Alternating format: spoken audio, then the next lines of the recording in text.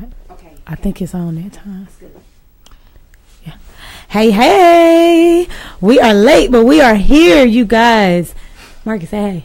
What up? Sorry to keep you waiting. Of course, you know we are coming live to you from the den, and you know who we are. But if not, we are Mr. and Mrs. Smith coming to you live, like I said, from the den. Hopefully we bring it to your den, but wherever you're watching it from, we just hope you get some value. See, you are tuned in to We Are Royalty. Now, when we say that we are royalty, we're not excluding you. That's what you got to understand. It's all including you, because once you understand that you are royalty and understand where you come from, then you'll start walking into that royal position. You'll start understanding that you're a king, you're a queen, and you have greatness within you. But all we have to do is let you know, and hopefully we wake that inner giant within you so you can start living it. So that's what this show is all about. We are royalty. Now today we got a topic that's pretty popular amongst our demographics of people, but you know, sometimes people may not be as in tune with what's going on with the new updates and government changes.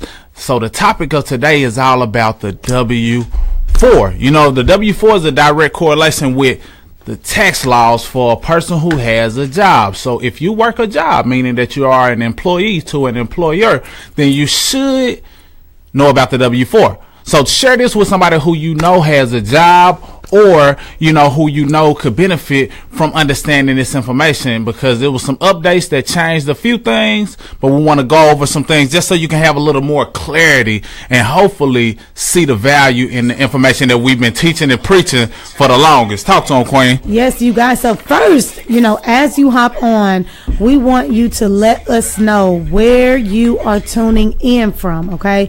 Let us know where you are tuning in from. Hit us with your city and state if you don't mind, and you may get a good old shout out on this video today.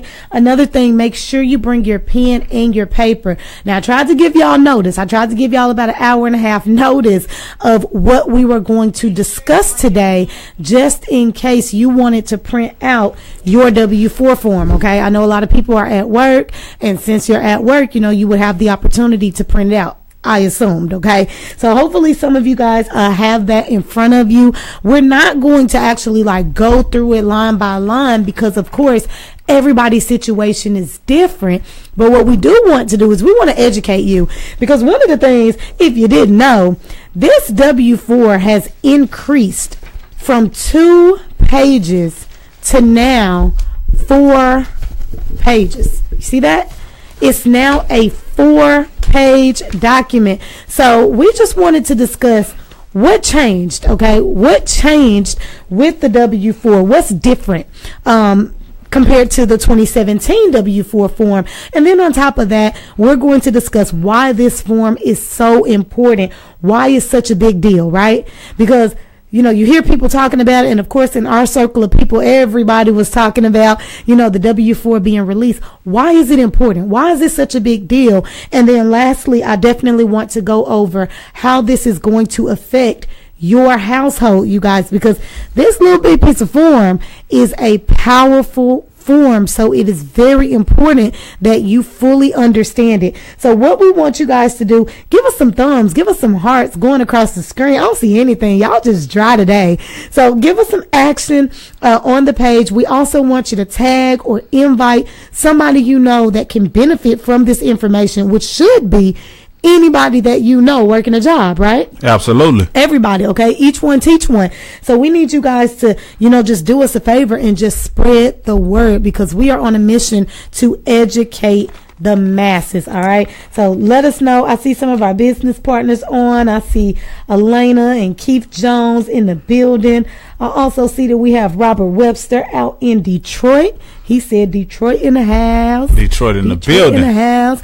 All right, so you guys, show us some love. We need you to share. Let's get about 10 shares going, and we are about to go ahead and get it popping. Now you see the W-4 has doubled in size, as she said. It used to be 2 pages, but now it's 4 pages. Now I don't know if that was done strategically to intimidate you even more, because more people were already intimidated by the form itself just because of the small print and the fact that it has something to do with the government or the IRS. So a lot of people were intimidated by the form even then. So I can only imagine how many people are intimidated by the form now that it's 4 pages long. You see, the longer the document, the more confusing it seems that it may be. But in all actuality, even though they increased the size of the W-4 form, it actually got more clear. It actually got more simple and plain, because they didn't leave anything to chance, anything to guesswork. It's pretty much cut and dry. Do this, don't do this. If you do this, this will be the result. So they pretty much let you know straight up. So even though it's increased in size, it really gives you a little more clarity. So hopefully we can expound on that clarity. Hopefully it makes sense to you.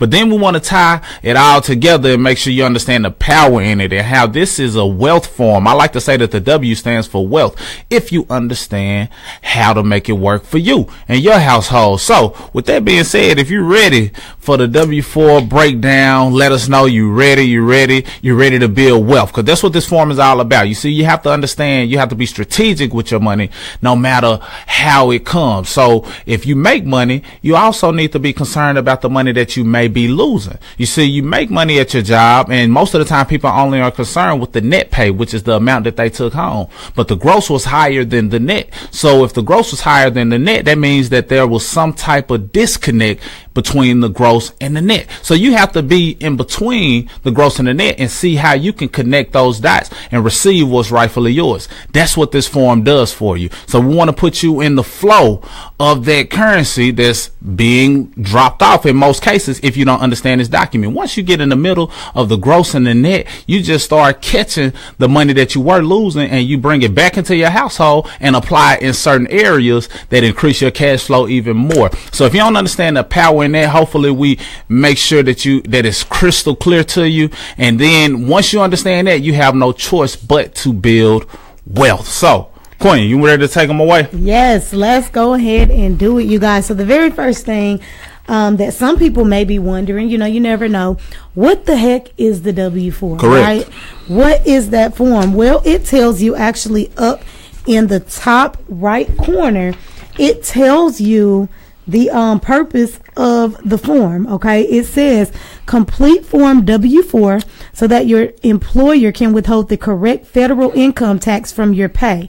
Consider completing a new form W-4 each year and when your personal or financial situation changes. Okay, so let's break that down. See, my question to most people on that is, if it tells you consider revisiting this form if and when your financial situation changes, if it's letting you know that you should revisit this form on an annual basis when your situation changes, why are you so scared to touch the form? It's letting you know plain as day that this form is allowable, or it allows you to make adjustments when your situation changes. Your situation changes all the time. You may get married. You may have kids. Yes. You may get divorced. You may move out for the first time if you were a dependent of someone. So a lot of times your situation changes and you have to make those adjustments according to your current scenario. So that involves you revisiting this form on a yearly basis, because it may be some money you're leaving on the table. We know because over 100 million of Americans are leaving money on the table because they don't understand the purpose of the form, and the purpose clearly tells you what you need to do. So understand the purpose, understand you need to revisit the form because there's power in it and they allow you to do it. It's yours. Yeah, and you're not just revisiting the form yearly, you guys. It says each year and when your personal or financial situation changes. Absolutely. So we want you to really think about, what they're saying. And actually, before I get into that, I want to go back to the first sentence, because it says complete the W-4 form so that your employer can withhold the correct federal income tax from your pay. Mm-hmm. It's telling you you're in control of that. you're letting them know how much money you want withheld based on your situation, okay? So that's the first thing you have to understand, that the choice is yours. If you're overpaying in taxes, that is your choice to overpay in taxes. Then moving on, every time your situation changes, and I know you already gave some examples, but let's just take it a step further, you guys.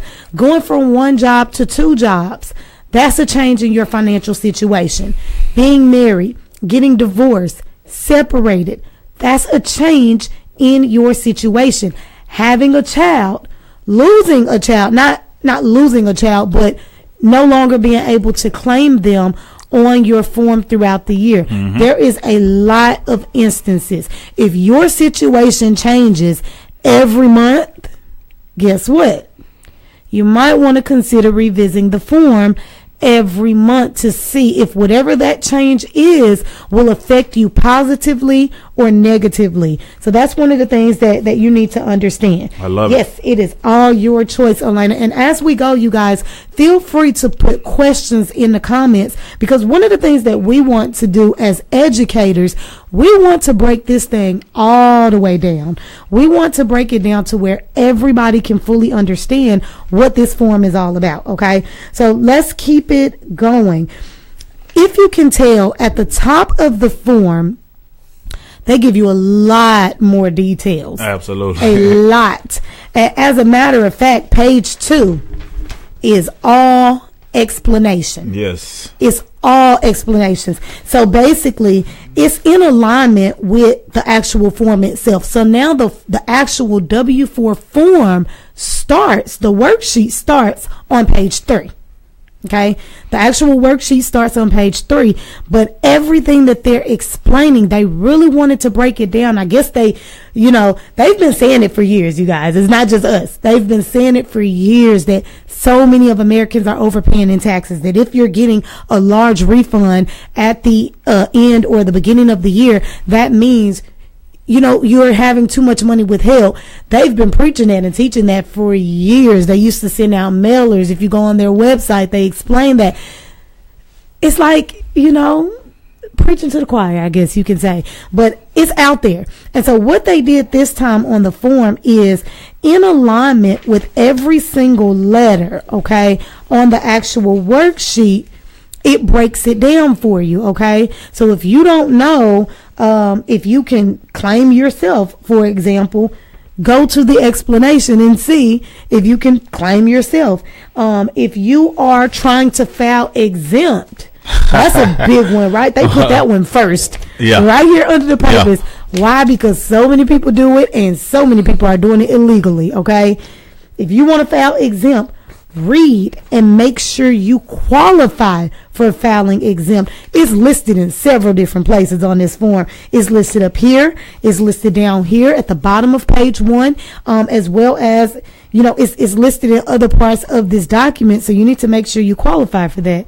You got anything else you want to add? Absolutely. You see, a lot of times they say that rules and laws are written in blood. And what they mean is a lot of times people have to die or, get injured and for a law to be created. So the reason why they stress the importance of filing exempt is because a lot of people have hurt themselves or killed their finances as it relates to filing exempt, thinking they can just claim 100 or, do what they need to do to keep all of their money without having a strategy. So right now they're making it plain as day, letting you know, look, you must meet both of these qualifications that are on here in order to file exempt. If you don't meet both of these qualifications, then guess what? Do not file exempt, or it will be detrimental to you. So since this rule or law was written in blood, meaning somebody hurt their finances or killed their finances, it's put on there multiple times, so that way it's no excuse, it's no guesswork. You know that it was there because they put it there multiple times for you to see it. That's all I wanted to add. Yeah, most definitely. So you guys, then it tells you, if you're filing exempt, only complete lines, and it gives you the numbers that you qualify for. Again, most people don't qualify to file exempt, you guys. So if you're marking exempt and you're saying, I want to get all my money throughout the year, just know that you're doing it illegally if you're not following. I sounded real professional when I said it that way, right? Just know that you're doing it illegally. I mean, you are. keeping it moving, general instructions, it basically gives you a breakdown and it puts everything in bold. If you have multiple jobs or working spouses, you need to read and you need to understand that 2 earners worksheet. You guys, that thing is crazy. Okay, you have the non-wage income, you have the non-resident alien, you have the head of household. You have to understand what head of household is, you guys. Some of y'all are here single with no kids talking about you're claiming head of household. You have to understand that is not head of household. Okay, read the form because all of the definitions are here. You have the child tax credit. It lets you know how you qualify for that, how to get credit for other dependents. All of this is in bold. See if you qualify for other credits such as going to school or medical expenses. It goes on, and it even gives instructions for the employer on here. So all of those things are in bold. Okay, any of those you want to touch on? Well, basically, you know, as she said about the head of household, a lot of people are married and also filing head of household. So keep that in mind, you know, and then as it relates to some of the things that you may qualify for, certain credits or other deductions, it even connects you to the publication of where you need to revisit it. And the IRS has really upgraded their website to where you can click on it and click on certain things and it gives you calculators. I mean, it's real interactive so that you can do the math and determine yay or nay if you can qualify for any of those additional credits and deductions. So, I mean, even though it's longer, some people may view it as more complex, but it's getting cut to the point where they understand that, look, I know a lot of people were confused on this, but let's make it clear, black and white, so people can understand it. That's that.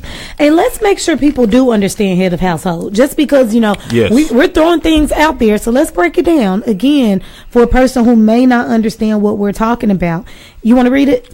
Nah, go for it. Go ahead and read it. But we really want you to do your own due diligence. That's kind of why we're going over it like that. But we definitely want you to understand this head of household as well as the exempt and many other things. Yeah. So it says, generally, you can claim head of household filing status on your tax return only if, okay, they should have put that in bold, only if you are unmarried and, okay, and meaning there's something else, pay more than 50% of the cost of keeping up a home for yourself and a qualifying individual. See publication 501 for more information about the filing status. So 2 qualifications in order for you to file head of household on your W-4. Okay, we're talking about the W-4. This is what affects your paycheck. So this is why this form is so important. It's your money. Okay, what you put on this form reflects every single paycheck you get. And so many times we hear from older, you know, kings and queens, they'll say, I wish I would have knew this 10 years ago. I've been on this job for 15 years. I've never adjusted that form. I've been married. I done had kids. They done moved out. They're in college now. I mean, their situation changed so many times over and over again, and they never even thought to revisit the form. Then we have the ones who say, I just didn't know how to read it. My employer told me to put a 0, so I put a 0. Come on now. You don't think you should claim yourself? Say it softly. You don't think you should claim yourself? Come on now. So you have to understand, you guys, the importance of this form. This is why it's such a big deal, because the government is actually doing some people a favor. Okay. So I know I'm getting a little bit off subject. I'm getting excited. But again, head of household, you have to meet both of those qualifications, unmarried and have a qualifying dependent. Both of those things, not just one. If you're married and have a dependent, no, you don't qualify. Okay, now we can go on and on with examples. Both of those things means you can put head of household. Okay, I love it. Let's go ahead and get to the worksheet. Let's proceed. All right, so now it's time, you guys, for the actual worksheet. Okay, again, it picks up on page 3 of 4. It basically just tells you, you know, on line A to enter a 1 for yourself. Of course, if that's no one else can claim you as a dependent. You know, your enter 1 if you are filing as married, filing jointly. Okay, you're going to enter a 1. So again, if that's not your situation, guess what? You're not going to put a 1 there. C, enter 1 if you will file head of household. We just broke down an example or the definition of what it is. So for every single letter on this form, if you don't understand, see if the definition is in the first 2 pages, okay? That's the best way to do it. On D, enter 1 if you're single or married filing separately and have only 1 job. Now, before we get into this, I can read all 3 of these, and then I want you to break down why they're asking about jobs, having 1 job, having 2 jobs, why this is important, how this will affect people, okay?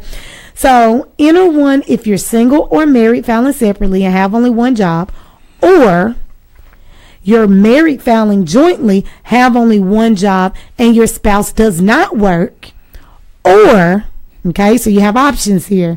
Your wages from a second job or your spouse's wages or the total of both are $1,500 or less. Yes. So they want to know if you have 1 job, if you have a second job that doesn't pay or does pay over or under a certain amount, or if you have a working spouse, mainly because, and it's really revealed on the future parts of the form, but how many jobs you have or how many sources of income is coming into your household from a job has a direct effect on you. And to truth be told, it has a negative effect on you. See, a lot of times people get more than 1 job because they feel like they have to make the ends meet. You know, I'm gonna just go ahead and get 2 jobs. But a lot of times 2 jobs put you in a position to be double tax. So you get 2 taxations because you chose to have 2 jobs. And on this form it's asking if your second job is over this amount and the amount is low enough to where somebody can easily make that amount outside of another job. Now they're put in a position to where not only are they being taxed on their first job, they're also being taxed on their second job at the highest rates possible. So you got to understand that having a second job is not always your best friend. It sounds good, but it's not always your best friend. And they even taking a step further. If you have a working spouse that works a job and they make over a certain amount, guess what? You don't qualify for some of the exemptions on that form due to the fact that more than 1 income, more than 1 wage earner resides in the same home.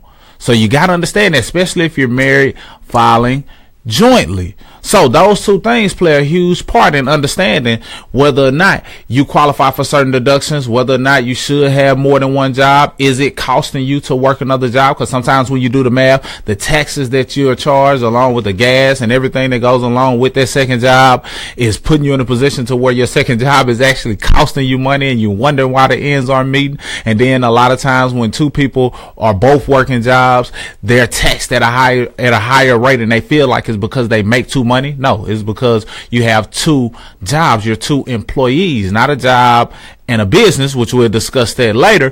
But those 2 jobs are affecting you on a tax level that cause you to be double taxed. So understand that, and it's explained in black and white going forward. I just wanted to kind of preface it or give you a foreshadowing of what's yet to come.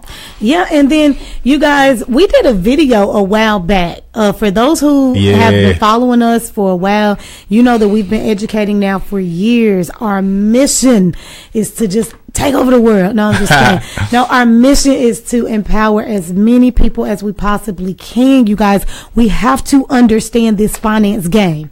We have to. Okay, but we did a job a while back called 2 Jobs Are for 2 People. And it was a whiteboard presentation where we broke down how having that second job will really hurt you more than it'll help you. And now the government is just taking it a step further. Oh, yeah. I mean, they're like, oh, wait, both of y'all working? Oh, nah. Give me some more of that change. Come with it. Okay. So you have to understand. So you guys, if you're following us to this point, if you fully understand everything that we're saying, if you're liking what you're hearing, do us a favor. Show us some love. Come on. Can we get some thumbs? Can we get some hearts? Thumbs, hearts, shares, give us a the couple whole of 9. shares. Give us a like and a share if you want more. Okay. Because the next thing that we want to talk about is the child tax credit. Okay. Uh-oh. But show us some love. Right? Thumbs, heart. Give us the combination. We call that thumbs, heart, and a share, or a heart and a share, a like and a share, or a wow face and a share. Either way, give us that combo. Let us know that you're rocking with us, and let us know that you understand that you are royalty. That's what this is all about. Yes, yes, yes. So yeah, I mean, having 2 jobs is just, it's crazy. And, I just think back on my situation. When I met my husband, y'all, I was a go-getter. I still am. But I was working 2 jobs. I was going to school. I was just doing it up for real. And I thought that, that's just kind of how I was raised. You want more money, you grind for it. You work a job. All we knew was get a job, go to school, pay your bills, get a job, work hard. And that was it. We weren't really too educated on running businesses and, using your talent or your passion or your gift to make money outside of a job. Mm-hmm. Because working a job, you're 100% depending on someone else, okay, for your living. And it's a quote that you say. Whew, I got you. Say it. I got you. Now, what she's saying is, if you work a job, you're depending on them to fund your lifestyle, meaning that they have to pay you. If they're cutting a check, then they're funding your lifestyle. So the saying pretty much says, if you give a person the ability to feed you, yes, you also give that person the same ability to starve you, because it's the money that you make that's putting the food on your table. So if they had the ability to put the food on your table, they can also take that food off your table. So keep that in mind. Yes. All right, you guys. E, child tax credit. Very first thing it tells you, see publication 972. See, I think the government, a couple of things happened when they put this 2018 one together. So many people were filling it out wrong, just putting things to get more of their money throughout the year, not following it based on their situation. You had some people who were just putting 0 or 1, not reading the form, and they just didn't understand it. So they're literally line by line telling you where you can find this information, and then they ask a couple of questions. So the very first thing it says is to see publication 972 for the child tax credit for more information. And then it asks you a couple of things. It says if your total income will be less than 69,801. I don't know where they came up with that. But if your income will be less than $69,801, $101,401 if married, filing jointly, enter 4 for each eligible child. 4, you guys, for each eligible child. So that's a big difference there. Then it tells you if your total income will be anywhere from that $69,801 to $175,550. And then married, of course, is at $101,401 to $339,000. If married, filing jointly, enter 2 for each eligible child. Then it gives you 2 more. If your total income will be from $175,551 to $200,000, $339,000 to $400,000 if married, filing jointly, enter 1 for each eligible child. So you can enter 4, a 2, or a 1. And then it basically says if your total income for a single person is above $200,000 and above $400,000 if married, filing jointly, you're entering 0 on that line. So no matter how many kids you have, you're entering 0. So the best way to fill out E, you guys, is just like that. Break it down piece by piece. Do you fall in that bracket? If your income is less than 69,801, stop right there. Yes or no? Okay? Real simple. Yes or no? If the answer is yes, it'll be less than that. Move on to the next part of the sentence. So that's the easiest way for you to fully understand what's going on in this section of the page. You want to add anything to that? If it applies to you, fill it out accordingly. If it does not apply, then dismiss it. And this is what you got to understand about the child tax credit, because if you're familiar with any of the previous forms on the child tax credit, is based on income. So it's income based. The higher the amount you make as a single person or as a married couple, then the less likely you'll qualify for the child tax credit. So if a person makes less, or what they consider to be less than a certain amount, now they're allowing you to put a 4 on there. So back at one point last year on the 2017 W4 and beyond, it was putting a 2 on there, and then you would have to subtract based on certain numbers. So it doubled to 4. Now, this is my perspective. This is me putting it all together and really understanding how it's all working. It sounds like a lot. You know, a lot of times if they put that on the form, you know, get a 4 on this line and this line, people are thinking, man, my number is going to be high. So I'm going to either, you know, get more of my money back, or I'm going to be paying too little in taxes, whatever your perspective is on it. But in all actuality, it really didn't change. Reason being is because the standard deduction also doubled. So since the standard deduction doubled, then these numbers have the ability to double as well. And when you do the math, it still breaks down the same. So don't get too overwhelmed or fearful of the number being higher. The standard deduction doubled, which allows this number to be high as it is. And with that being said, the child tax credit, you know, still kind of works the same based on your income. And really, with the standard deduction doubling, it really didn't, it hurt some people, but it helped people who understand the power of a standard deduction if you have a child. So although you might make a certain amount of money and you may not qualify for that child tax credit, if you have a child, and the fact that the standard deduction doubled and you have a business as well, you now are able to pay your child double what you were able to pay him throughout the year, tax free. So it's power in understanding what's really going on. Don't get too fixed on the numbers or how high or low the number is. Truth be told, if you understand the business side of things, it'll make this part of the form minute. And even if you don't qualify for certain things, you'll clean it up on the business side whenever you're filing your 1099 or your Schedule C, things of that nature. So I just wanted to connect the child tax credit, the high number, with the standard deduction and how they can still win. Right, most definitely, you guys. So basically, simply put, just follow instructions. You know, we follow instructions as it pertains to a lot of things. You know, I hope when we work our jobs, we listen to our bosses, we do what they tell us to do, right? Do what the government is telling you to do. I mean, because you'll hear a lot of pushback. I mean, us just explaining this form is, oh, they must want something, right?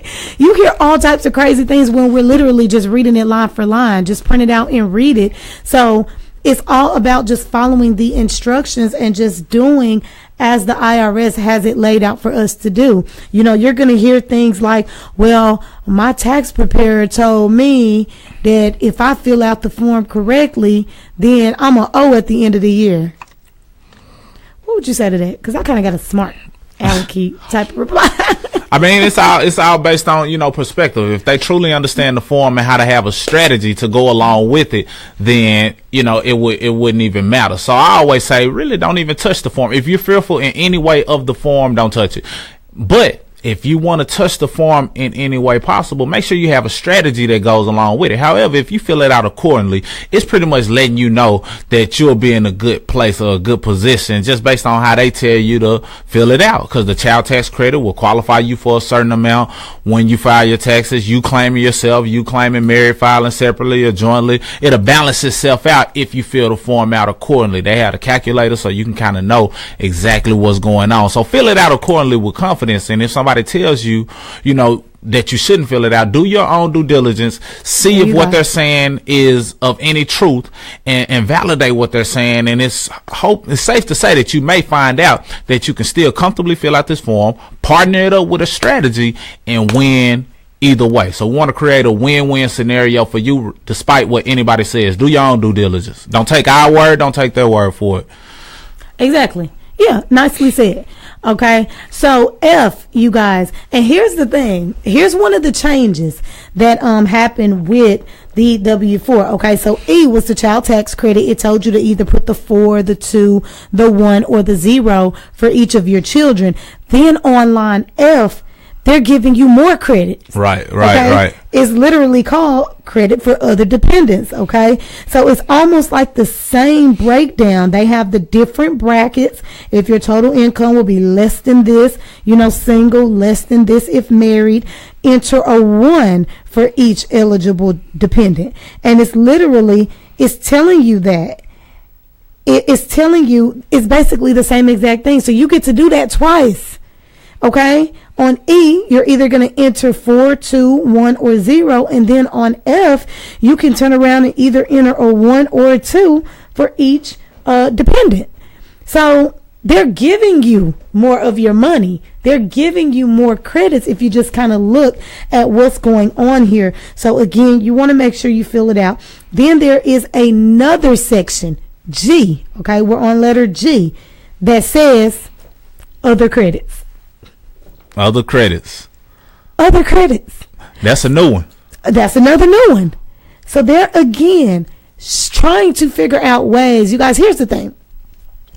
We know that a tax refund, a large tax refund at the end of the year or beginning of the year, and kind of struggling or, being tax heavy all throughout the year, we know that that's not wise, right? Absolutely. The government knows that that's not wise. Mm-hmm. Most business owners know that that's not wise.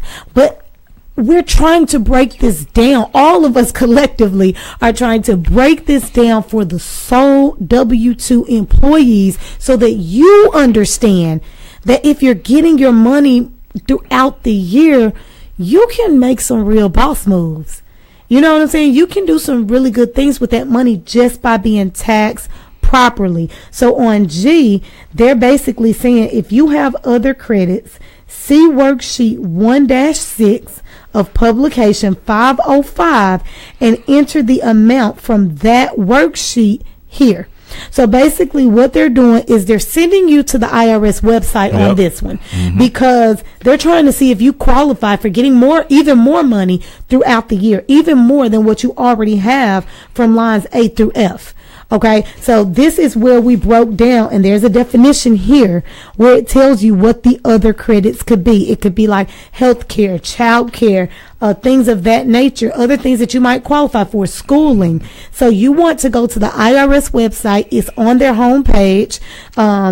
It says, what is it, credits and adjustments or something like that. And when you click on it, it has all of the different categories. You click through those and see if you qualify for anything else, and you put that number on this form. So yes, it's a little bit of work, you guys. That's why it's called a worksheet. Okay, it's a little bit of work, but again, they're trying to ensure that you're getting as much money as possible throughout the year, but at the same time still being taxed properly. And then H just tells you to add all of those lines together. So you're familiar with, hopefully, the calculations from the original forms, and you're putting your numbers in from A through H. So you pretty much have just listened to us go over what to expect from that front side of A through H. That's pretty much everybody. Everybody can qualify for filling out that portion of the form. So see where you fall. Certain things may not work in your favor, other things may. And if those things don't work out in your favor, then visit the other credits and see if you qualify in that area and put the total number on line H. Now on line H, it gets interesting because it lets you know, look, it may be some other things you have to fill out. You may not be able to just stop at line H. So let's go ahead and take them to what's next and how line H really turns into a scenario to where, yeah, you may have been getting a certain amount or you may have had a high number, but depending on your scenario, you're going to lose some of that tax dollar just based on if you fall into the category of what's next. And I don't want to. Yes. So basically, you guys, the W-4 is 3 different worksheets in one. Yes. Okay. Which is why the document is now so big. It's 3 different worksheets in one. So what we just went over was the personal allowances worksheet. That's what everyone fills out. The next thing is the deductions, adjustment, and additional income worksheet. I know that's not the one you're talking about. Right. We're not going to go through that one, but it basically tells you guys, for accuracy, complete all worksheets that apply. So for the deductions, adjustment, and additional income worksheet, it says use this worksheet only if you plan to itemize deductions, claim certain adjustments to your income, or have a large amount of non-wage income. So it sounds like this worksheet is for business owners and investors. Oh, okay, that's what I thought. And those who itemize, because a lot of people itemize, they write off a portion of their mortgage, charitable donation, tithes, offerings, percentages of health expenses. So that's the itemization aspect of it. But for the most part, adjustments to your income is an individual who has a business. It's power in that. It's power in understanding business ownership and the tax deductions that go along with it. And also the non-wage income is the person who's investing, accumulating more assets, which we always preach and teach. teach on asset accumulation, putting your money in a place that allows it to grow, because there's more things for you to fill out based on their scenario. So basically they want to know, do you have anything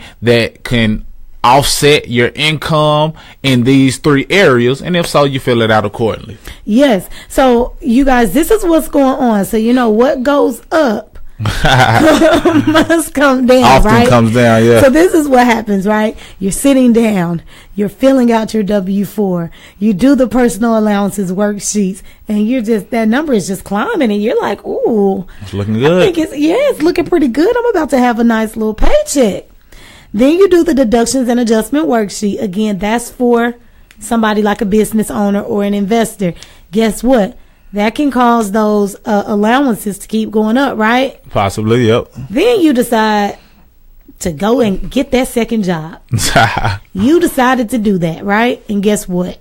Down goes Fraser. It's going right back down, because guess what? There is one more worksheet for the 2 earners and multiple jobs, okay?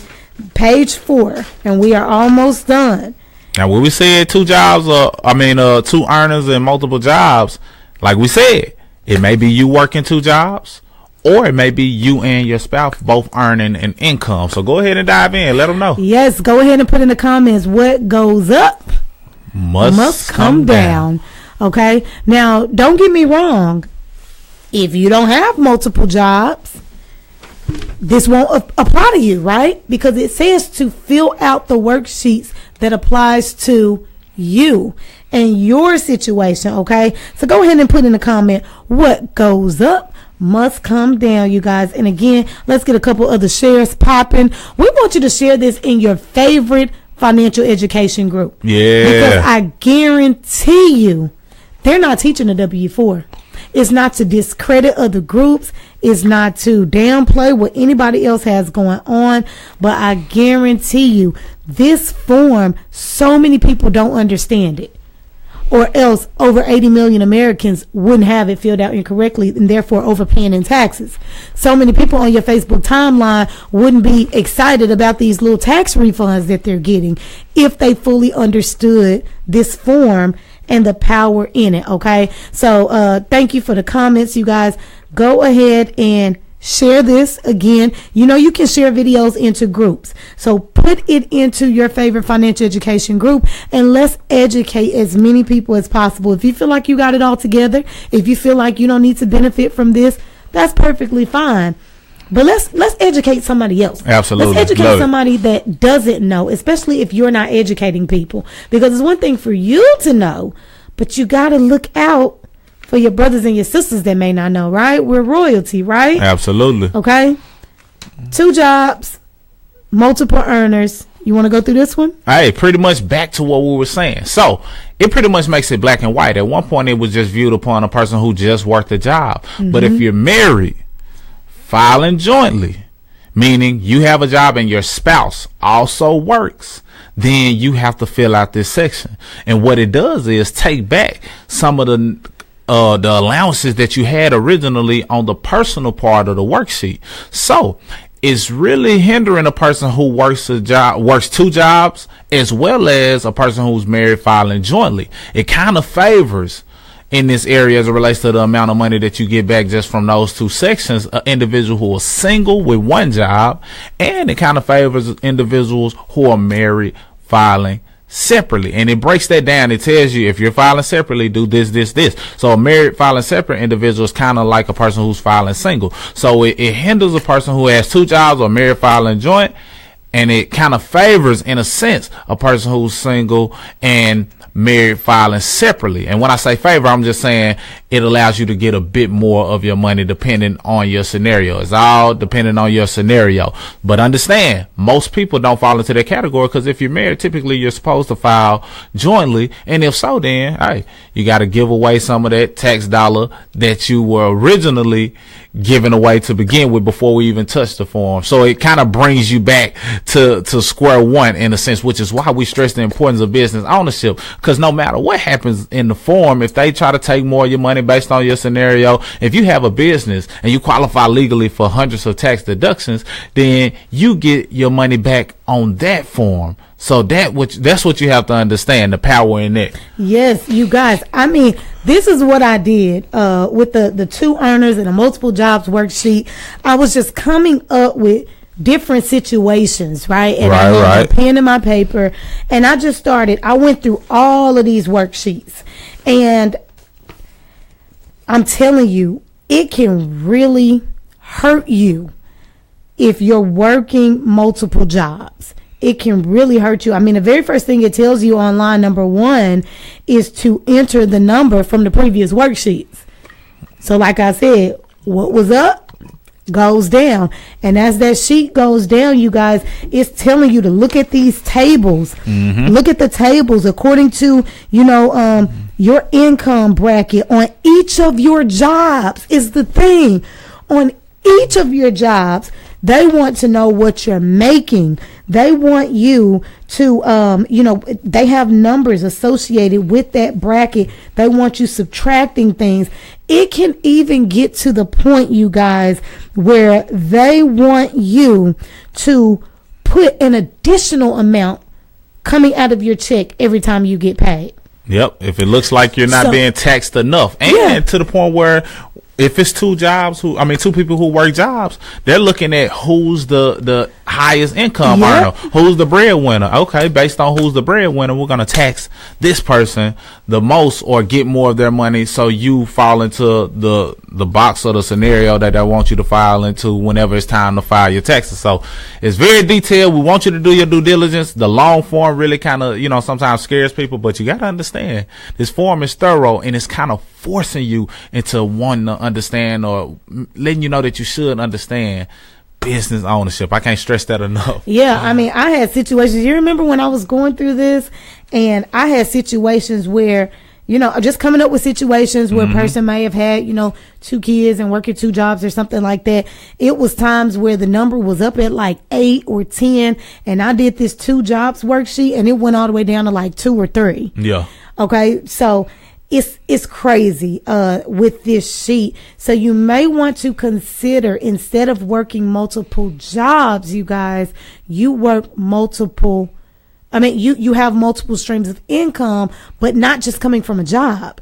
Maybe a job and a business. That's what we highly, highly, highly recommend. I can only say it so much. Like I said, page 1 and page 2 can benefit you, while worksheet number 3 is taking away from your household and can even cause you to owe at the end of the year, like additional money being withheld. So you definitely don't want that.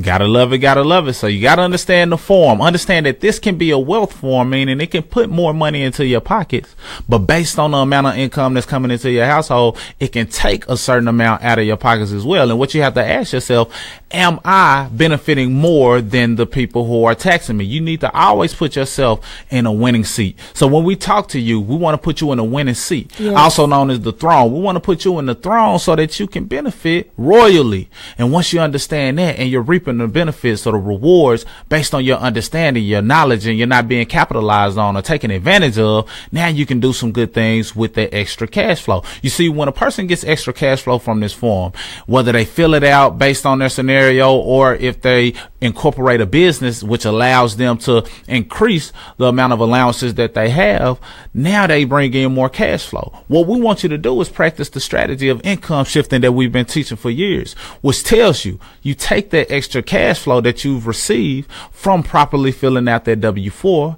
and you start knocking out your debt. You start minimizing your expenses. And if all of those things go down, meaning your taxes, your debt, and your expenses go down, your cash flow has no choice but to go up.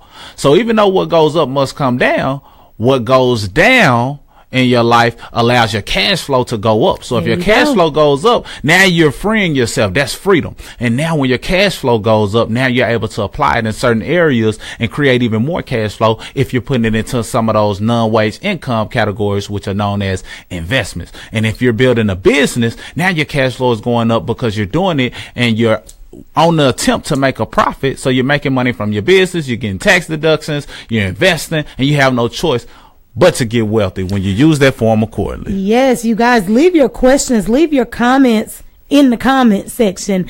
And I mean, I hope that we broke that down in a way that anybody can truly understand. So regardless of what sheet you are filling out, and it may be multiple, it may be all three, depending on your situation. There may be somebody with 2 jobs and a business, or 2 jobs and heavily investing. You're going to fill out all of these forms. So regardless, whatever your number is that you come up with by the end of your form, it all goes back to page 1. Page 1 of the form. And now, instead of having letters, yes, you have numbers. Okay, numbers 1 through 10. Just this bottom section of the form, is what I'm speaking of, and it's called the Employees Withholding Allowance Certificate. Okay, whatever number you end up getting, you're going to put it on number 5. Number 5 asks you, what is the total number of allowances you're claiming from the applicable worksheets on the following pages? Mm-hmm. So you're going to put whatever number you ended with, whether it was 2, 3, 10, that's what you're going to put on number 5. And then number 6 says additional amount, if any, you want withheld from your check. They're making it seem as if you have an option, okay, which you do. You can let them hold more money. I don't know why you would willingly let them hold more money. I guess that's that fear of owing at the end of the year. But understand that if you had to fill out that multiple earners worksheets, it tells you if you should have an additional amount withheld from your check. And then that's what you're going to put on number 6. Okay. And then number 7 is exempt. What we say about exempt? You have to qualify in order to file exempt. Most people don't qualify. If you don't meet those 2 qualifications that are listed, then don't touch box 7. We told you box 7. Don't touch box 7 when it comes down to filing exempt. Box 7. All you gotta do is box 7. Because a lot of people thought that they can just fill in box 7 and claim exempt. No, that's not how it works. And the government is letting you know that that's not how it works. And you will be, you will hinder your finances if you do that. So leave box 7 alone unless you meet those 2 qualifications. Other than that, you'll stop at line 5 and you'll cut that bottom half of that form off. Yes. And hand it to your employer. Another thing a lot of people don't know, you guys, on page 1, right here, it says, separate here and give form W-4 to your employer. Keep the worksheets for your records. So all of the definitions at the top, page 2, 3, and 4, you keep for your records.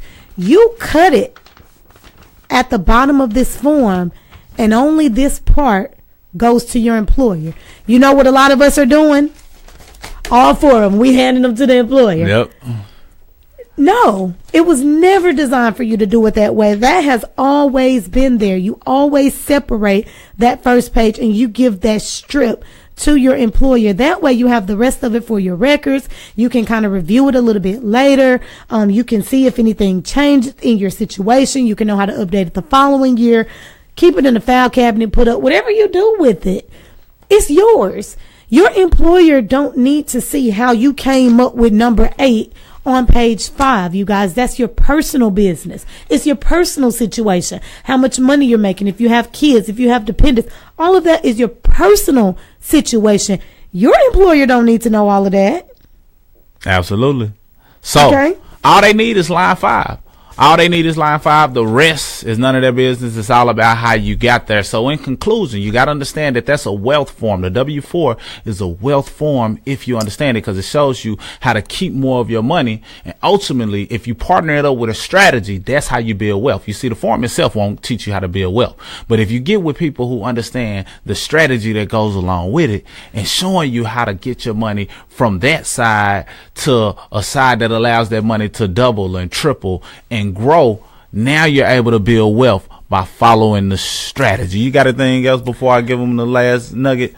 I know we were a little bit late, so yeah. Only other thing I want to add, you guys, they're just telling you to fill this form out correctly. We have no control over if you owe at the end of the year. If your refund is smaller at the end of the year, just fill out the form. One of the best things, I mean, if you are truly, truly concerned about owing at the end of the year, the best thing you can do is have you a tax shelter. The best form of tax shelter for anybody is a business, especially a home-based business. So just keep that in mind. And again, if you want more information on the W-4, not on the W-4, if you want more information on tax shelters, how you can use this form as a strategy to get ahead, to accomplish all of your financial goals, to make 2018 your best year, you want to get with us or the people who invited you to this video. Another quick thing that I want to add, not about the W-4, is that keep in mind, we are also going to start doing some promotional opportunities. So for our business owners on the line, if you have a business that you would like for us to promote during this very radio show, hit us up. Let you know so that we can give you our rates and we can get you plugged in, all right, to our audience of people that may be interested in what it is that you have. I love it. So understanding the W-4 is key. And if you have a job, then you have a W-4. But outside of the W-4, you need two things: a business and a strategy. Yes. Because if you're missing one or the other, then you will lose some money, or you will leave some money on the table, and it will not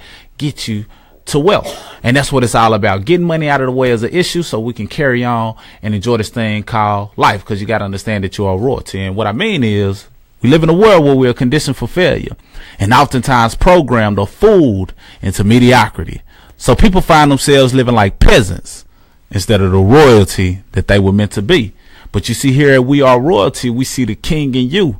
I see that queen in you from start to finish. It's time to take your seat on the throne, because this is where we uplift your character, your confidence, and your cash flow. As royalty, you should establish a solid financial foundation that will soon lead to your abundance and thriving empire. Take your seat on the throne. We are royalty. Salute.